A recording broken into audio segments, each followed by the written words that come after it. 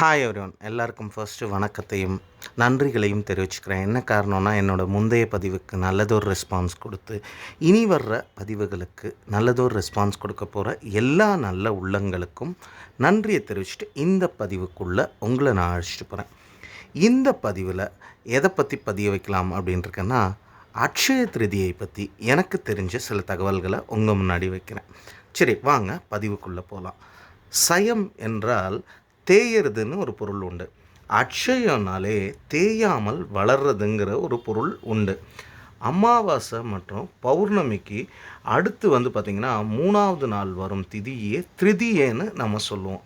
இதில் சித்திரை மாதம் அமாவாசைக்கு பிறகு வரும் வளர்பிறை திருதியை அட்சய திருதின்னு நம்ம சொல்லுவோம்.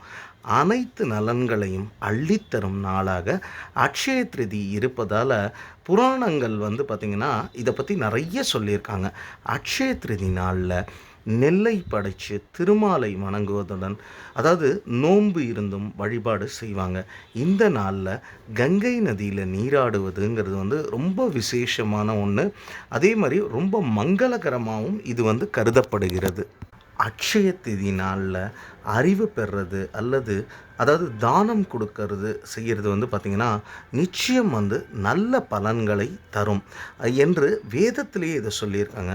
இந்த நாளில் தொழில் தொடங்கிறது இல்லை ஒரு புது முயற்சிக்கு ஒரு படி எடுக்கிறீங்கன்னா அதுக்கு இது ஒரு உகந்த நாளாக கருதப்படுகிறது.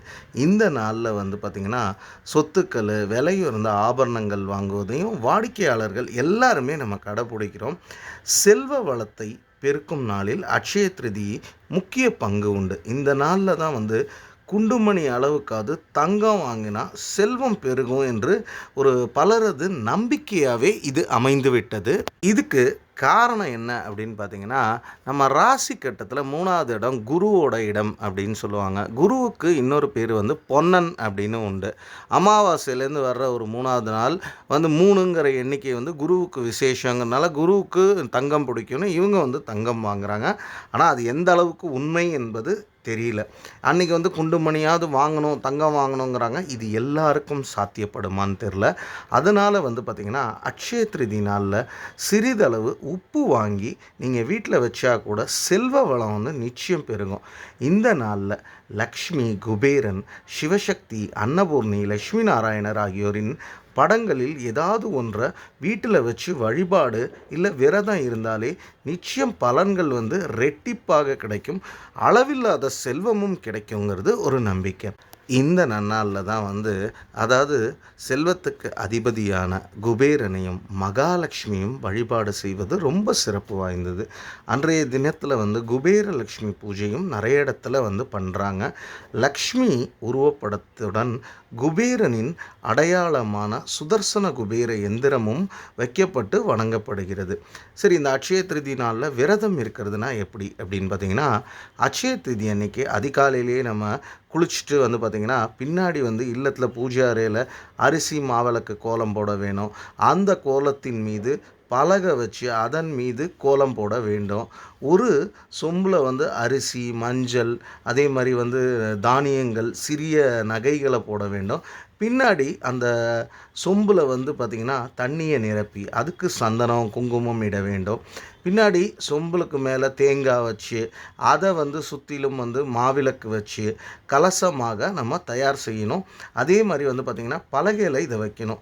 மேலும் லக்ஷ்மி நாராயணர், அன்னபூர்ணி, குபேரன், சிவசக்தி ஆகியோரது படங்களில் ஒன்றை வச்சு அதுக்கு சந்தனம், குங்குமம் இட்டு நம்ம மாலையிட வேண்டும். அந்த படங்களுக்கு முன்பு குத்து விளக்கு ஏற்றி இல்லை காமாட்சி விளக்கு ஏற்றி வைக்கிறது. பிறகு கும்பத்தின் முன்பு பார்த்திங்கன்னா வாழை இலையில் அரிசி பரப்பி அது மேலே நம்ம விளக்கு ஏற்றணும். அதுக்கு பக்கத்தில் பார்த்திங்கன்னா ஒரு மஞ்சள் பிள்ளையாரை பிடிச்சி அதுக்கு குங்குமம் இட்டு பூ போடலாம். மேலும் பார்த்திங்கன்னா பொன் மற்றும் புதியதாக வாங்கிய பொருட்களை கலசத்திற்கு அருகில் வச்சு தீபாராதனை காட்டியும் வழிபட வேண்டும். இப்படி செய்யறதால அளவற்ற பலன் நிச்சயம் கிடைக்குங்கிறது ஒரு நம்பிக்கை. அட்சய திருதி நாளில் தான் குலதெய்வ வழிபாடு செய்கிறது ரொம்ப முக்கியம். தயிர் சாத தானம் செஞ்சால் ஆயுள் நிச்சயம் கூடும். இனிப்பு பொருள் தானம் செஞ்சால் திருமண தடை நிச்சயம் நீங்கும். உணவு தானியம் அளித்தால் அகால மரணத்தை தடுக்கலாம். கால்நடைகளை தானமாக வழங்கினால் வாழ்வு வளம் பெறும், மூதாதையர்களுக்கு தர்ப்பணம் செஞ்சால் பாவ விமோச்சனம் கிடைக்கும், ஏழைகளுக்கு தயிர் சாதம் தர்றது நமக்கு பல தலைமுறைகளுக்கு பலனை தரும். சரி, மேலும் அக்ஷய திருதியோட சிறப்புகள் என்னென்ன, அந்த நாளில் என்னென்ன விஷயங்கள் நடந்திருக்குங்கிறதையும் பார்ப்போம். வியாசர் மகாபாரதத்தை எழுத பிள்ளையாரை தேர்வு செய்கிறாரு. அப்படி அவங்க அதை எழுத ஆரம்பித்தது ஒரு அக்ஷய திருதி நாளில் தான் பிள்ளையார் எழுத ஆரம்பித்தார். திருமாலோட 10 அவதாரத்தில் ஒரு அவதாரமாக, அதாவது தந்தை சொல்மிக்க மந்திரம் இல்லை, அப்படி தந்தை சொல்லையும் நிறைவேற்றி தன் தாயை கொன்று திருப்பி மீட்ட பரசுராமர் அவதரித்த நாளும் ஒரு அக்ஷய திருதி தான். உலக தொடக்கம், அதாவது பார்த்திங்கன்னா இந்து சமயப்படி கிருத யுகத்திலிருந்து ஆரம்பிக்குது. அப்படி 4 யுகங்களில் பார்த்திங்கன்னா முதல் யுகமாக கிருத யுகத்தில் பிரம்மன் இந்த உலகத்தை தோற்றுவித்ததும் ஒரு அக்ஷய திருதி தான். அதே மாதிரி தான் 2வது யுகமான கிருதா யுகம் அப்படின்னு சொல்லுவாங்க, அதுவும் ஒரு அக்ஷய திருதி நாளில் ஆரம்பிக்கப்பட்டது தான்.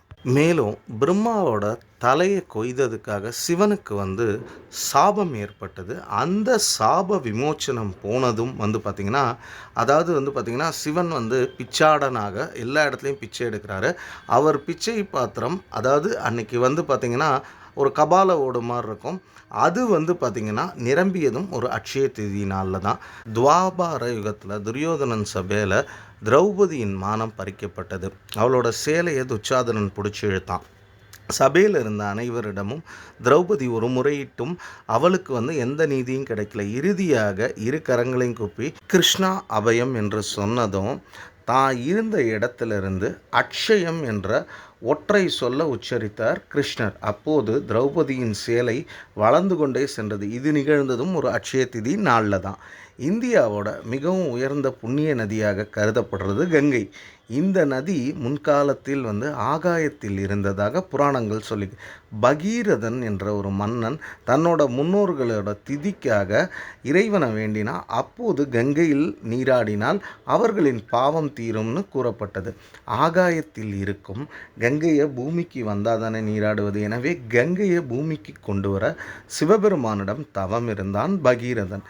அந்த தவத்தின் காரணமாக ஆகாய கங்கை பூமிக்கு வந்ததும் ஒரு அக்ஷய திதி நாளில் தான். அதே போல் பார்த்திங்கன்னா கிருஷ்ணரோட பாலிய நண்பரான குசேலர் வறுமையின் பிடியில் இருந்தப்போ அவர் தன்னுடைய நண்பனை காண்பதற்காக கசங்கிய துணியில் கொஞ்சூண்டு பார்த்திங்கன்னா அவளை முடித்து கொண்டு வந்தார். அதை எப்படி நண்பனுக்கு கொடுப்பது என்று குசேலன் தயங்கிய நிலையில் கண்ணனே அந்த அவல் முடிப்பை பறித்து அக்ஷயம் என்று சொல்லி அவளை சாப்பிட்டார். அடுத்த நொடியே பார்த்திங்கன்னா குசேலரோட வீடு மாளிகையானது. குபேரனுக்கு நிகரான செல்வத்தை பெற்றிருந்தார் குசேலர். அந்த நிகழ்வு நடந்ததும் ஒரு அக்ஷய திதி நாள் தான். சரி, அது இல்லாமல் பார்த்திங்கன்னா புரியசிஸ்னு ஒரு மன்னன் கதையும் அக்ஷய திதியை ஒட்டி தான் இருக்கும். சரிங்களா, எனக்கு அக்ஷய திதியை பற்றி தெரிஞ்சது, விரதம் மேற்கொள்ளும் முறை, அதே மாதிரி பார்த்திங்கன்னா அக்ஷய திதியின் சிறப்பு எல்லாத்தையும் உங்கள் முன்னாடி வச்சுருக்கேன்.